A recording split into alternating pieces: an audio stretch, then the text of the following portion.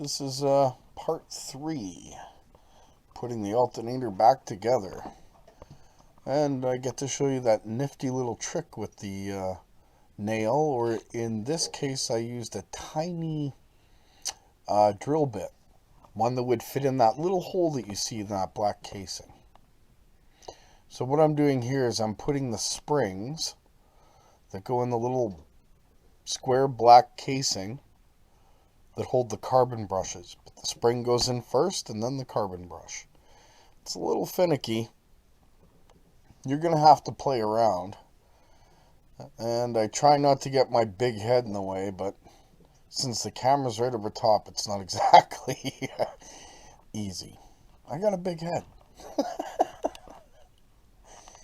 Alright, so I eventually do get it in there, and when I get it lined up, I use my finger to push it down, and then I'll take the drill bit and I will slip it in a little hole on the other side, which I will show you now. You see that little hole? Right there. So now with the carbon brush pushed down, I'll take this drill bit and I'll slip it in there. There's a little hole in the carbon brush. It'll line up nicely. You just got to play with it a little bit. And I've only got it pushed in as far as the first brush. Now I've got to put the spring in the second part and slip the second brush in there. Like I said, it's a little, got to play with it a little bit. Anyone who's pulled these alternators apart understands that. It's not hard work, but it is a little finicky.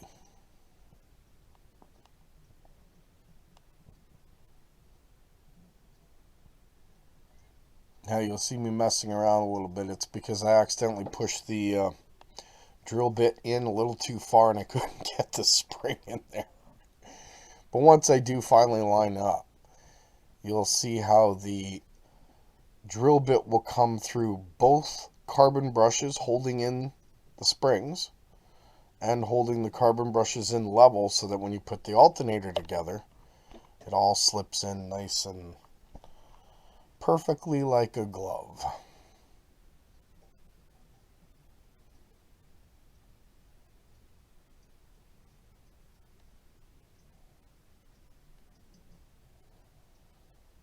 I should do a meme. Big headshot! Big headshot!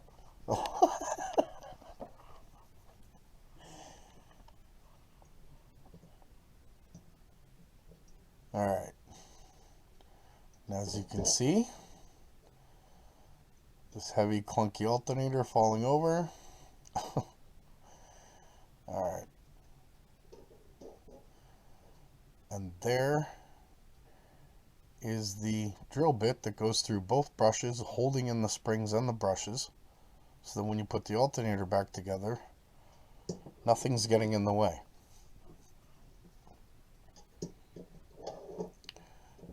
Now I extended the copper with thicker gauge going to the 3-phase rectifier because I wanted my weak point to be where the soldering is.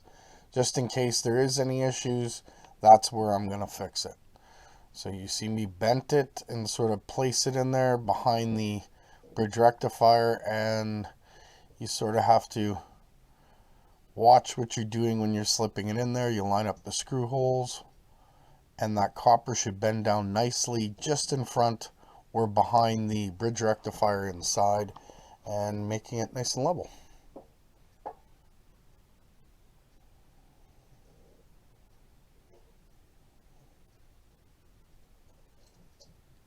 When you're putting in the screws, don't tighten them all the way, because they should be tightened not in a sequence, but the first two should be opposite of each other.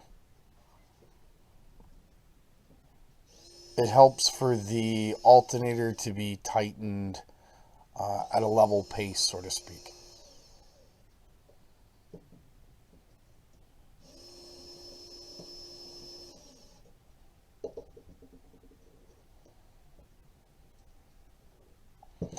And on the next alternator video, I will be winding a 48 volt 100 amp alternator stator, and then I'm going to do one more alternator video, which is something that has recently come out in the field, but I've never built one.